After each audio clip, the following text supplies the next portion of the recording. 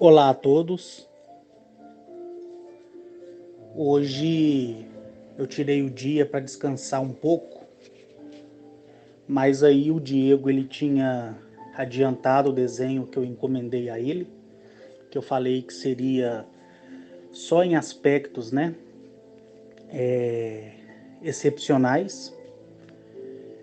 E ele novamente, através daquilo que eu pedi que ele desenhasse, para trazer a um conceito mais real daquilo que eu falo, ele fez esse desenho aí que você está com certeza nesse momento olhando, né? Durante o momento que você ouve esse meu áudio aqui. Como também acredito que você também esteja lendo, né? As especificações que está aí por escrito, né? Junto com o título. Hoje, dia 2 de abril de 2020, eu quero relatar um fato que aconteceu. Eu tinha comunicado a vocês que tudo na nossa vida é uma questão de processo, né? Então, de acordo com o nosso desenvolvimento, de acordo com a necessidade, tudo na existência tende-se a se rearranjar. No começo dessa minha jornada, que soa, né, ao improvável, ao impossível, principalmente pelo olhar químico, físico, biológico, onde as pessoas criam os seus conceitos para poder serem juízes, né, em dizer que aquilo que eu falo é irreal, nos mundos que eu vou, ou que eu fui, ou que talvez um dia eu irei, fora os que eu já conheço, se torna improvável, né? A inércia, a gravidade, a pressão atmosférica, o oxigênio. Então, cada um tem o seu total direito de formar suas opiniões em relação àquilo que eu falo. É por isso que eu nunca pedi para que ninguém acreditasse naquilo que eu venho falando. Porque assim eu não me sinto culpado por você acreditar na minha experiência e você não se sente culpado por achar que o que eu falo é mentira. Então você tem o direito de ouvir e achar que tudo isso é uma diversão, como você que é estudioso e busca algo do tipo que você nunca ouviu uma pessoa falar em relação a esses fatos, né, que eu venho trazendo aí desde 2016 para todo mundo que quer ouvir. Use isso como uma fonte de estudo e de preparo para que você possa reavaliar, né, aquilo que você já aprendeu e aquilo que ainda você pode aprender, ok?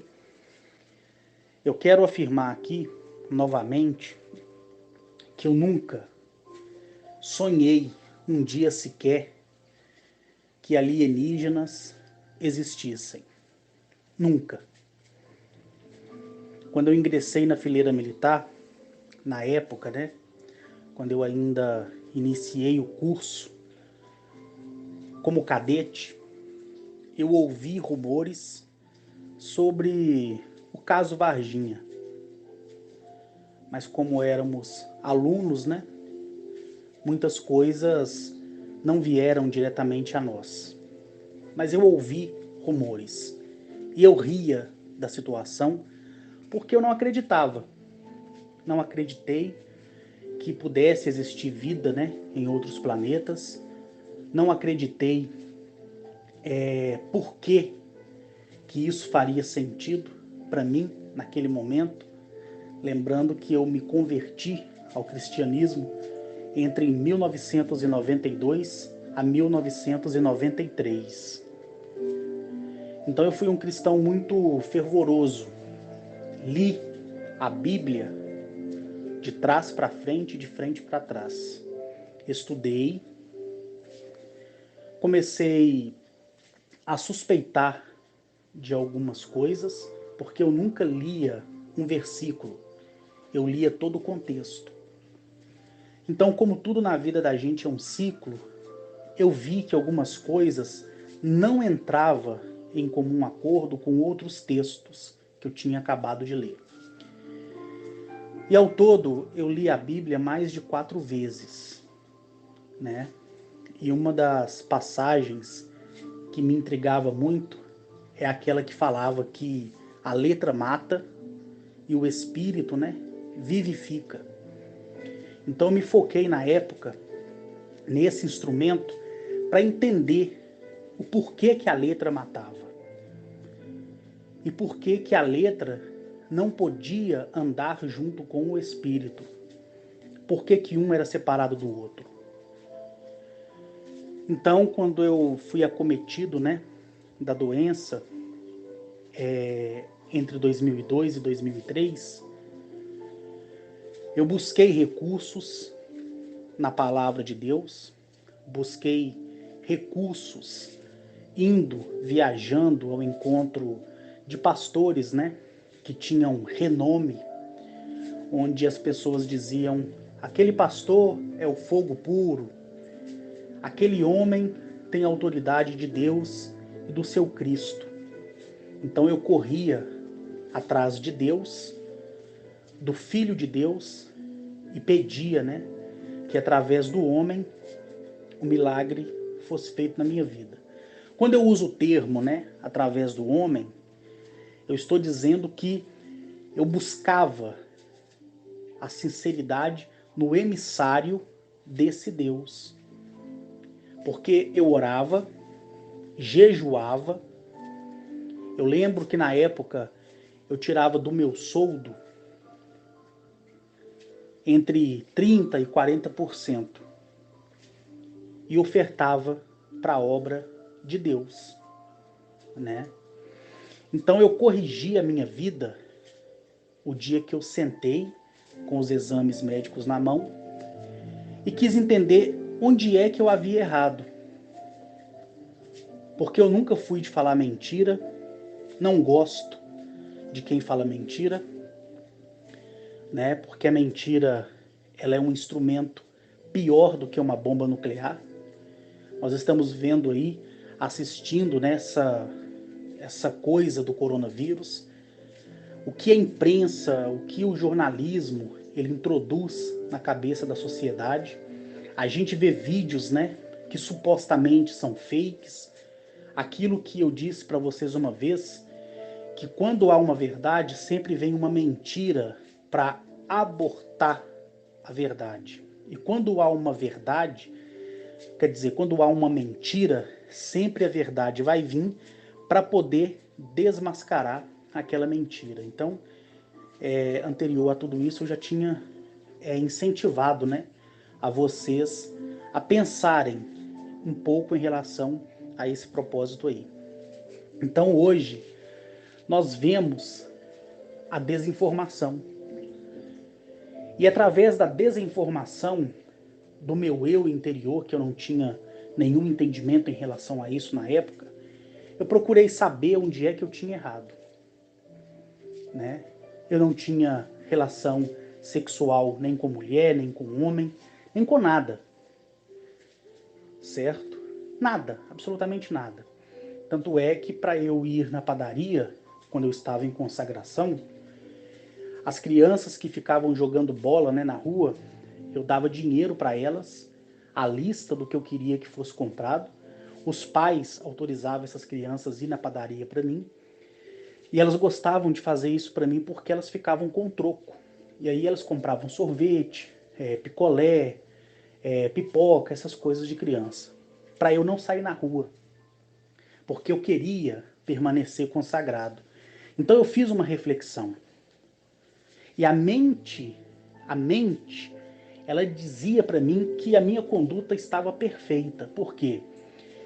Eu buscava a Deus, eu adorava o seu Filho, eu buscava e clamava pelo teu Espírito Santo, lia as Escrituras, evangelizava sozinho no Santa Mônica, no Santa Amélia, no Céu Azul, no Jardim Leblon, no Jardim Atlântico. Eu ia naquelas mansões do Mangabeira e sempre as pessoas me recebiam. E ali eu orava, cantava um hino e orava. Então eu fiz uma reflexão. Por que que eu cheguei a ser expulso da fileira militar se eu estava defendendo a minha nação e aquela população de Roraima? Quando eu atirei naqueles guerrilheiros das Farc, quando eu fui para essa guerra, eu e o Cabo Vieira, eu fui para vencer o inimigo, não para observar o inimigo. Então, biblicamente, tanto no Velho como no Novo Testamento, eu estava assegurado pela lei desse Deus. Então, eu não via isso como uma consequência para a minha doença. E quando eu falo com veemência minha doença, é porque eu tive ela. Ela fazia parte de mim. E era um câncer. Um câncer. Eu vejo muitas pessoas aí até não gostar de falar essas palavras, ou essa palavra. Mas é a realidade, né? Então, eu não via isso como minha culpa. Então, eu me achei perfeito. Perfeito por dizimar, perfeito por acordar todos os dias, quando eu não estava dormindo, quando eu estava tirando serviço, né? Eu afastava um pouco para que os soldados, os sargentos, não me vissem ali naquele momento, mas eu estava ali suplicando a Deus. Então eu fiz uma reflexão no meu eu, na minha conduta, na minha personalidade, onde é que eu tinha errado, por que eu fui acometido a isso, por que eu tinha sido expulso, por que a nação fez isso comigo, por que alteraram por que alteraram os meus documentos, por que eu estava na glória e fui para o inferno. E aí eu não consegui achar resposta. Não consegui. Né? Então, com o conhecimento que eu tive de 92 para 93 até o ano de 2003, 10 anos interruptos na presença de Deus, né? Eu comecei a me sentir desgostoso, desonrado. Porque imagina você ter uma conduta de um filho bom, lava vasilha para sua mãe, capina o quintal para o teu pai, e você sabe que o teu pai e a tua mãe, eu vou usar o pai como Deus e a mãe como o próprio Jesus, para poder fazer uma elucidação aqui na sua cabeça. E ali o teu pai e a tua mãe, o pai e o filho, né, biblicamente falando, vendo o teu esforço, apesar dos seus erros, das suas falhas, te permitir que algo tão cruel fosse te acometido. Então, aquele filho que capina no lote, que coloca o lixo para fora, que dá a benção ao pai e à mãe todos os dias, e quando o pai e a mãe estão fora, se preocupa com medo do pai e a mãe ser atropelado ou morto pela violência, e quando vê o pai e a mãe entrar pelo portão da casa, cria nele aquele alívio. Então eu era assim, em relação a Deus e em relação ao teu filho Jesus. E eu corri atrás deles. Onde tinha um suposto homem de Deus, lá estava eu. E quando eu enfrentava uma fila de 12, 30, até 50 pessoas e chegava a minha vez, eu contava o meu problema para o pastor. Né? Porque no Novo Testamento me era garantido que eu deveria apresentar os meus problemas ao sacerdote e aos diáconos, para que eles me estendessem a mão e eu fosse curado. Está doente? Vá para debaixo da mão de um presbítero, porque ele tem autoridade. Em Cristo Jesus, não era assim? Então não estava fazendo errado. Porque se eu sabia que a minha oração não chegava mais ao céu, eu tinha que correr atrás daqueles que eram mais fortes do que eu, porque é assim que eu acreditava. E a cada tempo que passava, eu emagrecia cada vez mais, ficava definhado, até que em 2005 eu abandonei de vez e disse para mim mesmo: eu quero, desse momento em diante, ir para o inferno, porque não sou digno de pisar os meus pés no paraíso. Porque eu comecei a murmurar tanto, mas tanto, que se eu tivesse casado nessa época, ou se eu tivesse uma namorada, ou se eu fosse homossexual e tivesse um namorado, eu acho que teriam me largado de tanto que eu murmurava, reclamava. E você que é cristão e está me ouvindo, não me julgue.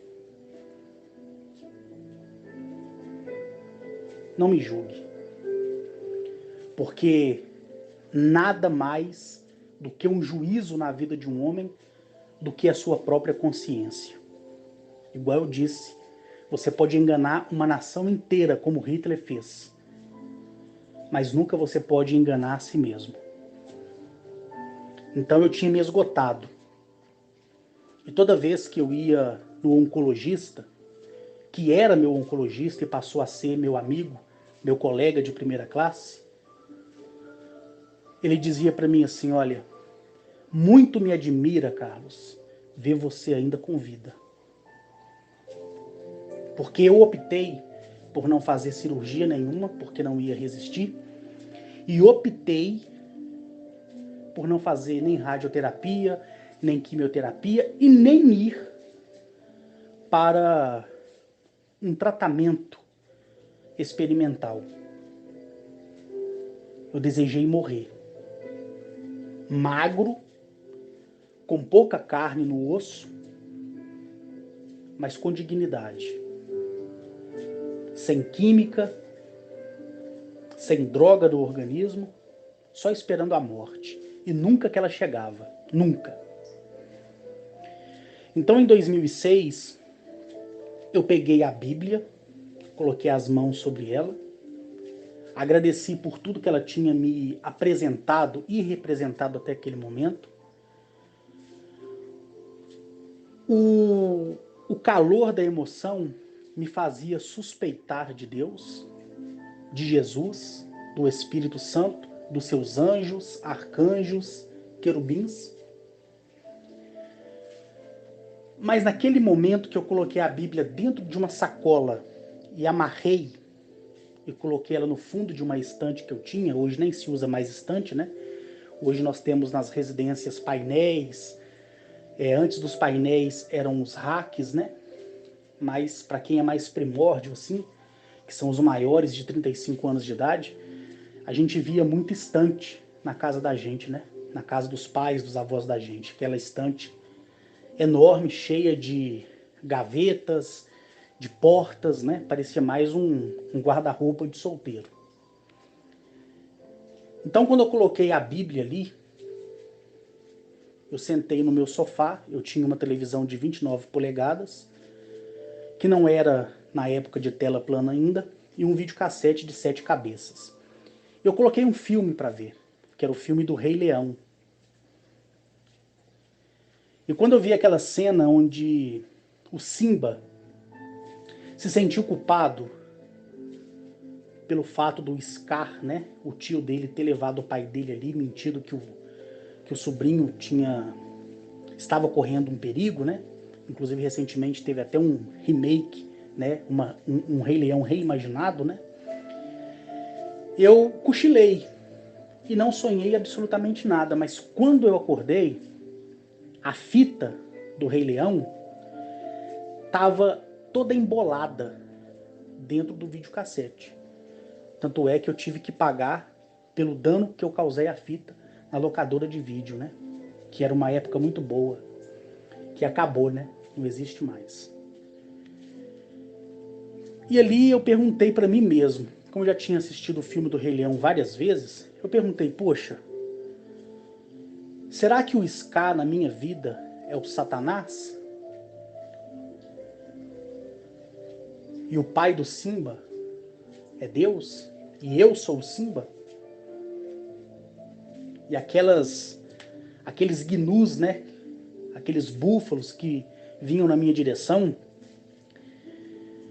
Se veio, por que então que Deus morreu na minha vida? Porque o pai do Simba morreu, pisoteado, né? Por aquela manada lá. Então eu acreditei que Deus tinha morrido, mas eu não chegava a suspeitar que ele não existia, né?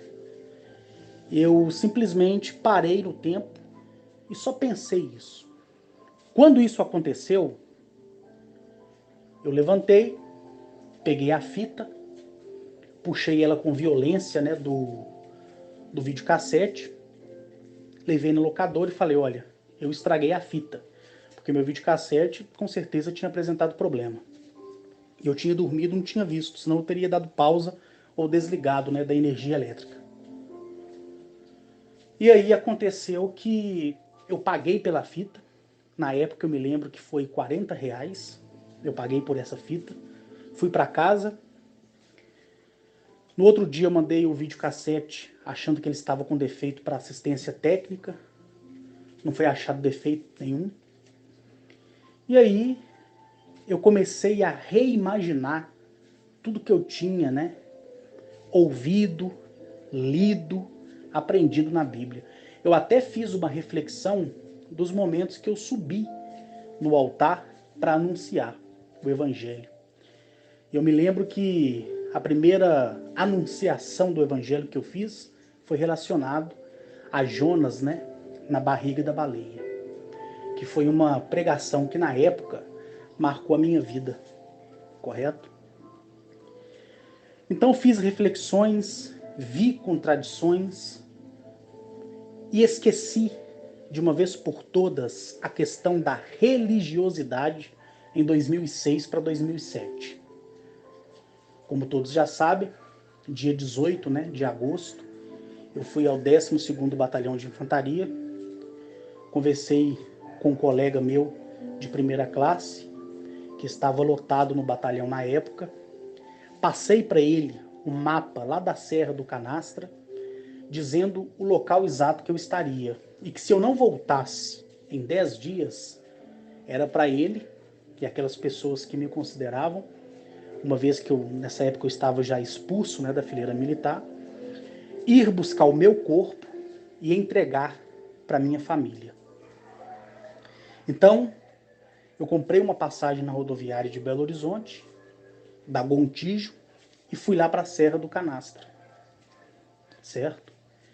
Quando eu cheguei lá, aconteceu tudo aquilo que vocês já sabem aí pelo meu relato, correto? Então eu nunca esperei por isso. Eu nunca esperei de 2003 para cá, até 2007, uma mudança significativa na minha vida. Eu só esperava o dia em que eu ia morrer, porque era o mais certo, né? Então no dia 20 de agosto, me foi apresentado aquilo que, ao meu conceito, em 96 e anterior a 96, era erradicado pelo meu conceito. Porque se falavam de alienígena para mim, eu ria, eu debochava. Quando apareceu aquela suposta cirurgia, né, em uma alienígena no Fantástico na época, onde mostrava ali aquele boneco, né, e eles tirando ali 3 fígados, 2 corações daquele boneco lá, foi algo a ser comentado na semana inteira, não foi verdade? Então as pessoas, elas acreditavam e no momento eu zombava. Não, que isso? Alienígena? Não. Deus criou só esse mundo. O interesse de Deus é só na Terra.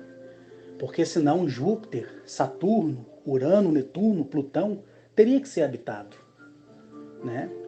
Então era assim que a minha mentalidade funcionava. E no dia 20 de agosto de 2007, esse conceito foi pro brejo, literalmente. Quando eu vi aquela esfera metálica acima de mim, tendo 20 metros de circunferência na sua totalidade, né, em todos os seus lados, e dela sair duas pessoas, uma mulher medindo 3 metros e um homem 3 metros e meio, e a sensação que eles me apresentaram e me transmitiram através da dimensão e através da densidade, aquilo mudou. Mudou o meu conceito. Mas ainda restava em mim um pouco de religiosidade, porque eu olhando aquela mulher e aquele homem brancos, com a pele branca, que chega a ser rosada, onde eu via até o fluxo sanguíneo deles, aquele cabelo branco como a neve, aqueles olhos acinzentados, aquela vestimenta real de uma elegância assim ímpar. A primeira coisa que eu fiz conscientemente foi lembrar de Deus.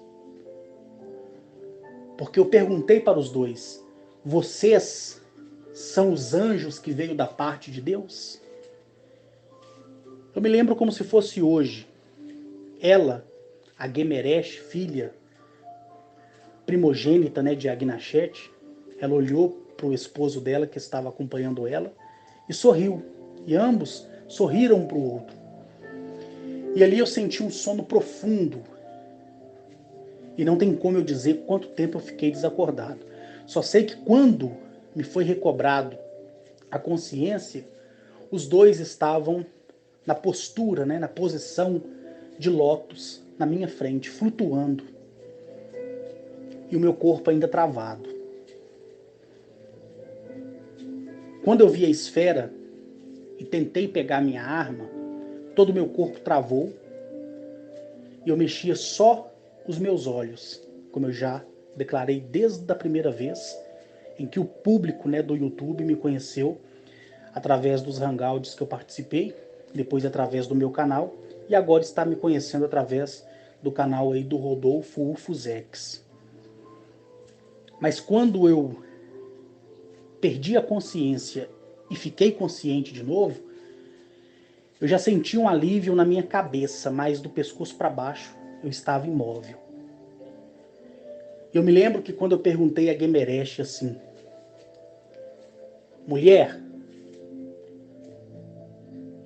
vocês são anjos? Perguntei pela segunda vez, que veio da parte do Senhor.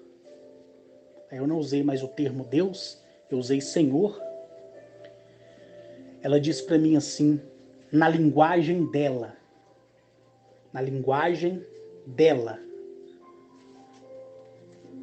E quando ela falou com as palavras dela, numa língua muito estranha, soou dentro da minha cabeça na nossa língua nativa mesmo, no português. É como se você fosse um expert em inglês e ouvisse, né, o americano falar, mas você entende tudo. Então é mais ou menos assim. Ela falou comigo assim: quem é o teu Senhor? Quem é o teu Deus a não ser você mesmo?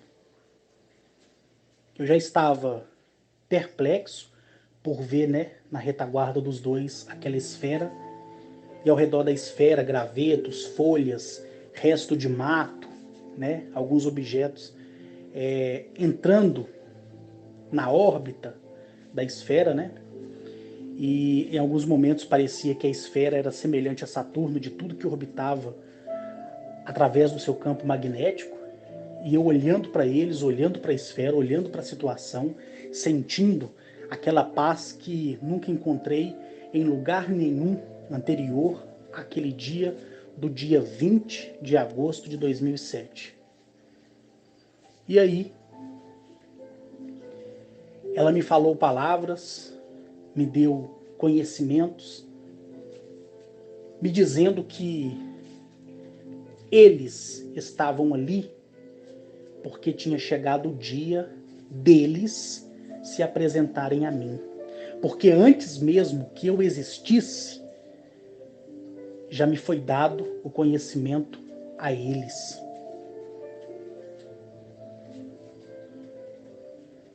Quando a minha centelha de vida foi criada, a deles já existiam. Então eles já sabiam que eu um dia ia nascer e onde eu nasceria. Tanto é que foi a própria Agnachete, né, mãe de Aguemeresh, que pediu ao nosso planeta aqui, conhecido como Terra, que eu chamo de Eleap, que permitisse o meu nascimento aqui. E Eleap concordou. E eu nasci aqui. Não tive direito de escolher a minha nacionalidade, nem a minha naturalidade, muito menos a minha família. Simplesmente nasci como qualquer um. Mas quando a Gemeresh disse, chegou o dia certo, a hora certa, o tempo certo que no futuro você vai entender a relação de tempo e espaço e saberá que isso é um fluxo que foge e escapa ao entendimento do conceito da sua espécie, e ela estava querendo referir ao conceito humano. Você vai entender que para tudo tem um início, um meio e uma eternidade, para os que merecem. Mas ela me dizia assim com tanta verdade, que eu não conseguia conceber, nem entender como é que sobre eles existia tamanha beleza e tamanha poesia nas palavras, né? E foi aí que ela se pôs de pé, saindo da postura de lótus, né? E caminhou no ar. Em nenhum momento os dois colocaram os pés no chão. Foram em direção à esfera. A esfera se acendeu em brasa. E depois que a esfera se elevou ao céu, o meu corpo ficou solto. E eu fiz o meu caminho de volta. Entenderam? Eu fiz o meu caminho de volta. E daquele momento para cá, no dia 23 de agosto, 3 dias depois, eu fui levado pela primeira vez para fora desse planeta que eu chamo de Eleap. Porque eles chamam esse planeta de Eleap. Muito me surpreende algumas pessoas que conheci no passado, que foram contactadas ou que são ainda, dizer que certos seres alienígenas ou extraterrestres chamam isso aqui de Terra. O nome que eles usam é Eleap. Eles não chamam aqui de Terra. Quando a gente fala terra, terráqueo, é uma correlação da nossa origem, onde nós fomos plantados, né? Mas eu nunca ouvi eles chamarem de terra. Filho de Eleap, Eleap. Quando eu falei às vezes filho da terra, é para não surpreender tantas pessoas no que diz respeito ao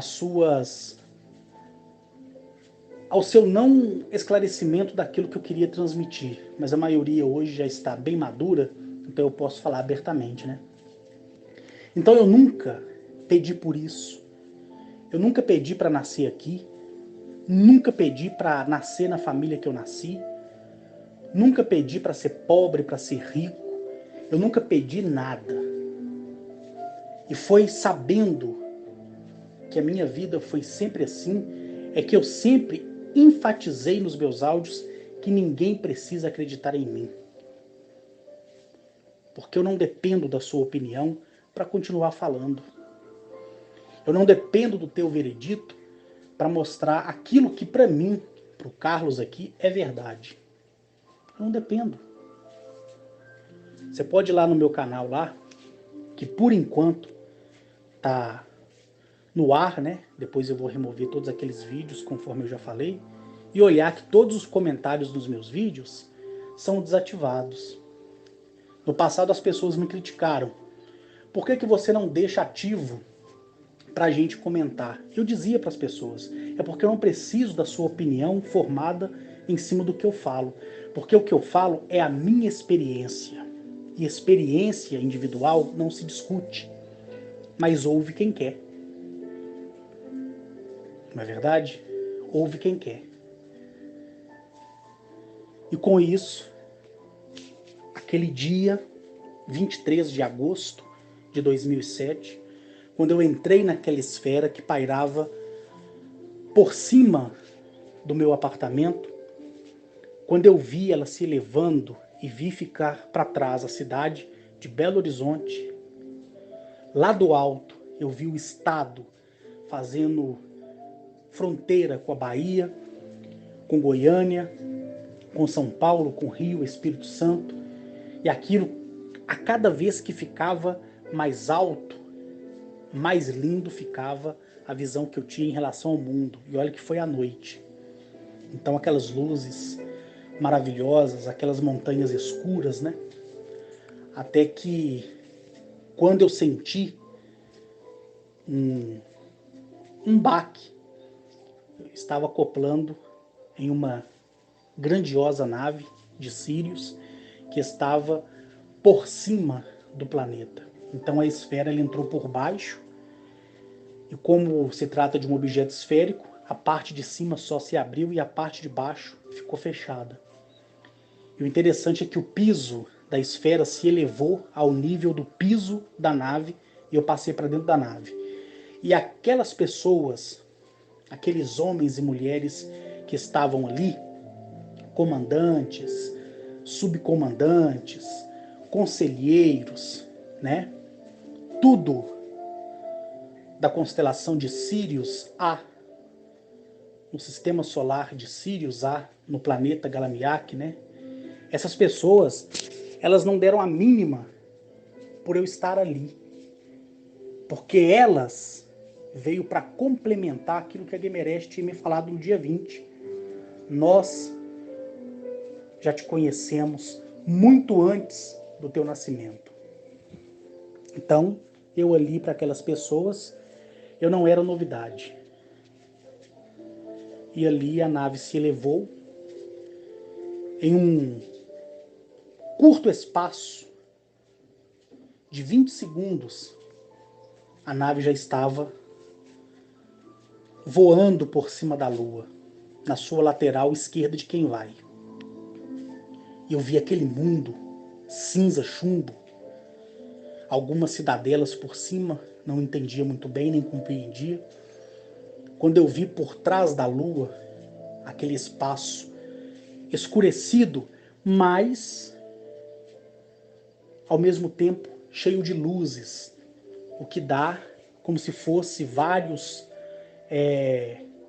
edifícios de 60, 120, 240 andares estarem posicionados na horizontal e não na vertical. Depois, quando eu cheguei próximo, de dentro da nave, eu vendo tudo isso, eu vi que se parecia também estaleiros, onde os navios param, né, para fazer manutenção. E eu via cruzadores interplanetários, eu nem sabia o que era cruzador, mas eu via grandes naves que pareciam aqueles navios de cruzeiro de vários andares, né? E ali eu fui transportado para dentro da Lua e vi criaturas, seres, tecnologia, que eu nunca imaginei na minha vida que eu iria ver, nem sabia que existia, né? Nem sabia que existia. E dali voltaram comigo para dentro da nave.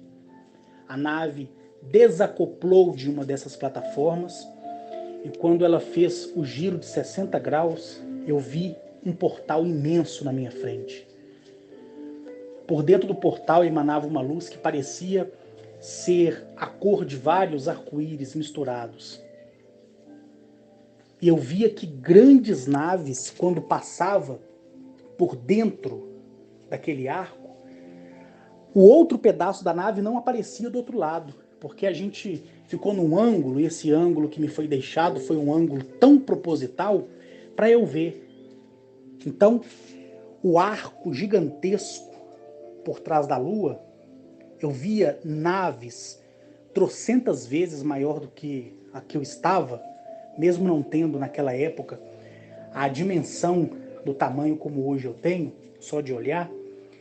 Eu via aquelas naves gigantescas entrando, mas ela não saía do outro lado. Eu achava aquilo muito incrível, porque o correto era passar e eu ver a ponta dela no outro lado, mas não via. Então parecia que quando ela entrava para algum lugar. E quando chegou a nossa vez, eu tive coragem de caminhar um pouco até a frente, e a nave ela ia por si só. Eu vi uma mesa gigante de comando, cheia de hologramas, que eu não sei aqui precisar as definições, mas eles são tão reais que chegam a até ser sólidos em alguns momentos. E eu via mapas que eu achava aquilo tudo muito incrível e via a trajetória do meu planeta para a Lua, da Lua para um determinado sistema solar. E quando a nave entrou, eu estava posicionado do meio para frente da nave, vendo tudo aquilo aberto na minha frente. Quando a nave passou, eu vi aquelas cores azuis, laranja, verde, lilás, bege, e vi um outro tipo de configuração estelar. Foi quando eu cheguei em Sirius A. Depois vi o planeta Galamiak de cima, rodeado por 4 anéis semelhantes aos anéis de Saturno. Quando desci a atmosfera daquele planeta, eu não senti a inércia, porque eu nem sabia o que era isso. Mas eu vi cidades de cristais para quem vê de cima para baixo, montanhas, paisagens, palácios, palacetes, edifícios, grandes naves interplanetárias pairadas, simplesmente estacionadas no céu. Algumas se elevando aos céus, outras descendo, e eu, sem saber o que fazer, como agir, até que pousamos, em um pedestal, todo de cristal, e ali aqueles seres desceram. Um deles colocou um colar no meu pescoço.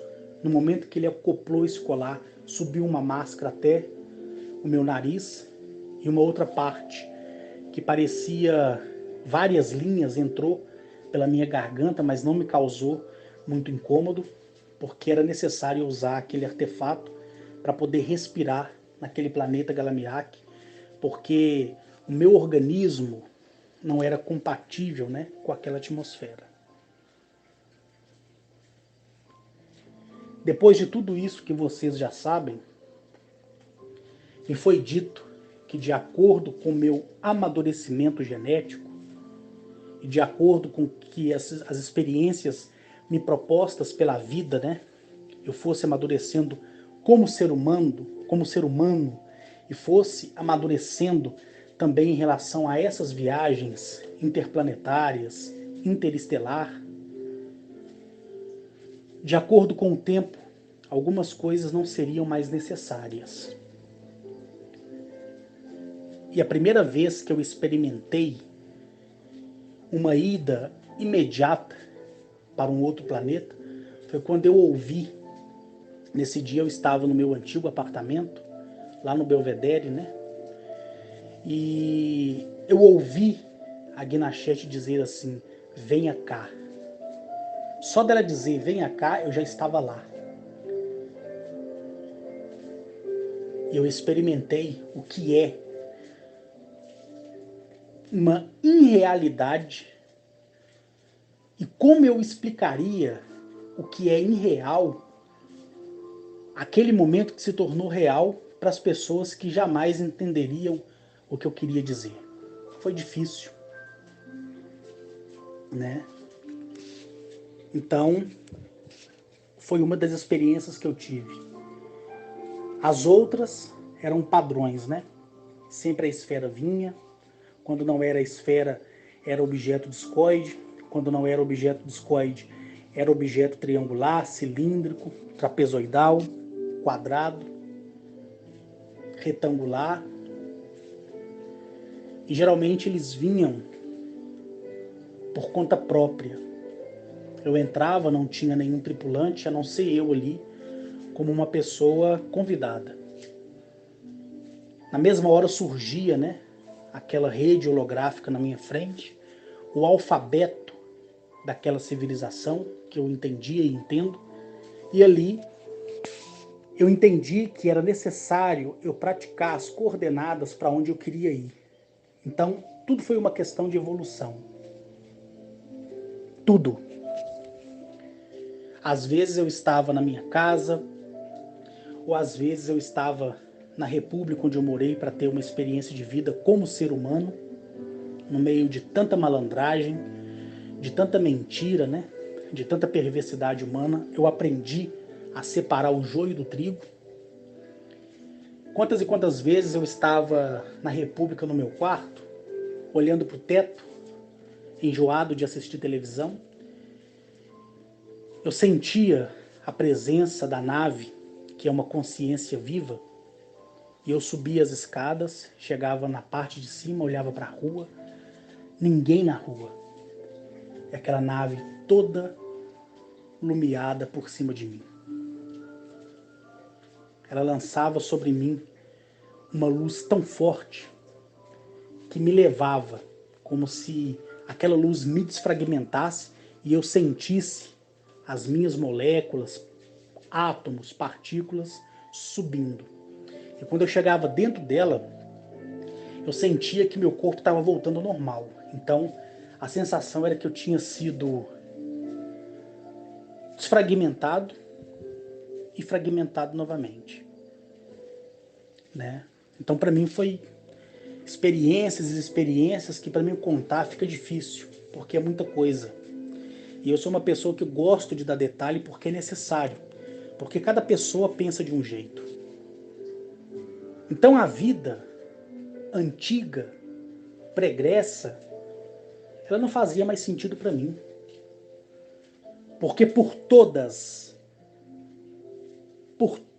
as civilizações que passei, por todos os sistemas solares que passei, por todas as oportunidades que eu tive de chegar perante a liderança planetária daquele mundo, eu nunca deixei de perguntar quem era Deus. Por mais que outros e outros e outros já tinham me dado a resposta. Então, a partir daquele momento, e de tudo que eu acumulei nessa viagem, e nessas viagens, né, eu me tornei o maior ateu de todos os tempos. E me culpei muitas vezes por ter sido enganado por mim mesmo. E aí eu entendi por que a Bíblia dizia que a letra matava, porque se a gente lê na letra, a gente vai ver as contradições. E vendo as contradições, a mente da gente abre. E se a mente abrir, nós somos um perigo para os arquitetos do mundo, que não quer que nós soubemos a verdade. Nós passamos de escravos a ser donos do sistema, porque a gente aprende a fazer tudo que vem ao nosso favor.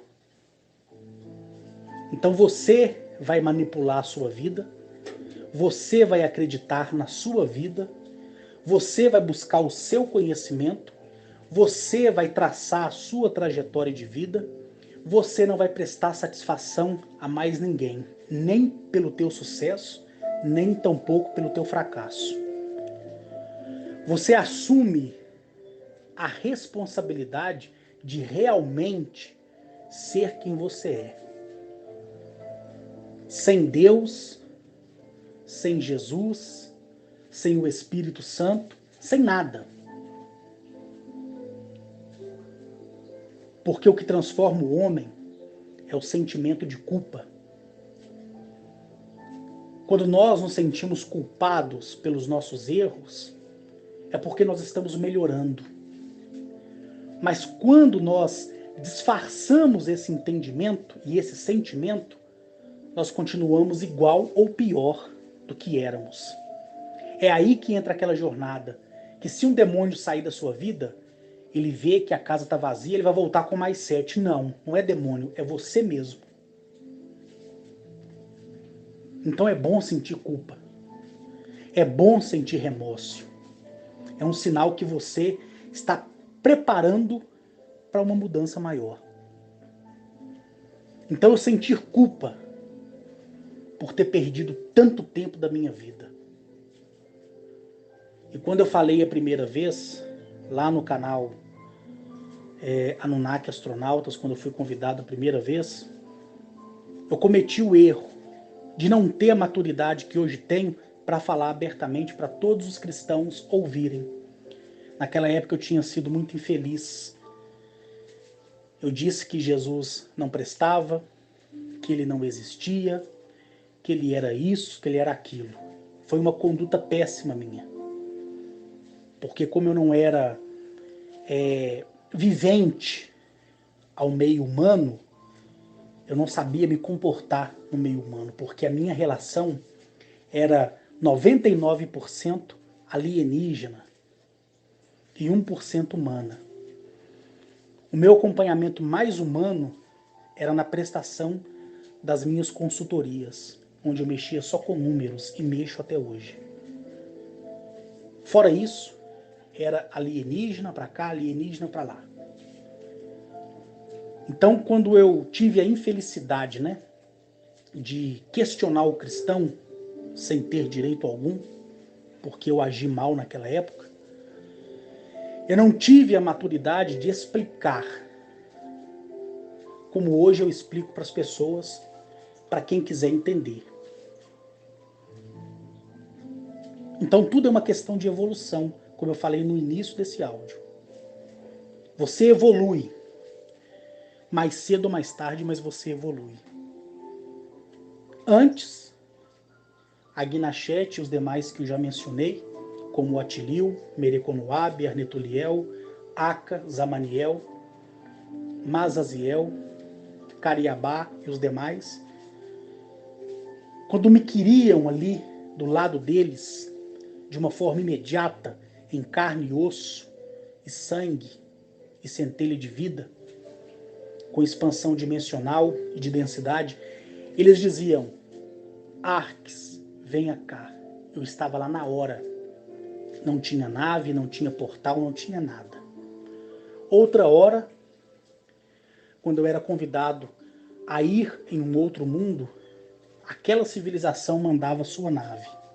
Ela vinha sozinha, me buscava, me levava, me trazia de volta. Isso foi trocentas vezes, e eu falo isso lá no meu canal, e agora vocês estão me ouvindo de novo no canal do Rodolfo. Então eu ia, andei, viajei, voei, fui em bases aqui no nosso mundo, fora do nosso mundo, conheci mais de 1983 planetas, entre eles voltei diversas vezes. E a maior crítica foi: como você, tendo 1,73 m, conseguiu respirar naquele mundo? Como a gravidade não te esmagou? Como a pressão daquele planeta não te esmagou? Eu não tô nem aí para os conceitos filosóficos, científicos da NASA, nem de qualquer pessoa estudada no ramo. Pouco me importa, porque nenhum deles viveu o que eu vivi. Eu já fui em planetas que é 2 vezes maior do que o nosso Sol. Eu não senti peso, não senti nada daquilo que a física ligada à astronomia diz que sentiremos se, por exemplo, nós entrássemos em Júpiter, ou em Saturno, ou em Vênus. Nunca senti essas coisas mentirosas e, ao meu ponto de vista, por ter vivido e vivo isso, mentirosas. Nunca. Eu sentia mudança no meu corpo. Tanto é que eu falei diversas vezes que em alguns planetas eu tinha que usar traje espacial. Mas era questão de tempo. A recodificação era proposta a mim naquele planeta e era questão de horas eu começava a respirar. Mas já teve vezes que meu nariz sangrou, que eu vomitei, mas nada que fosse assim algo de causar pânico.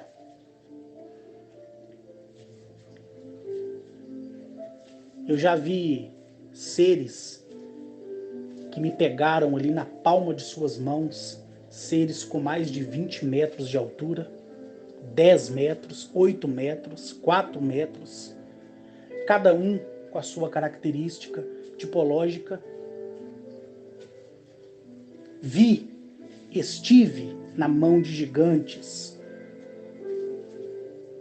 de 4,7 bilhões de anos à nossa frente, na questão evolutiva de todos os sentidos. O que nós achamos interessante e fora do comum, tecnologicamente falando, para eles é algo banal. Porque o que eles sentem de verdade, o que faz a expansão da existência fluir a sua originalidade desde a fundação de tudo, é o maior conceito evolutivo para eles.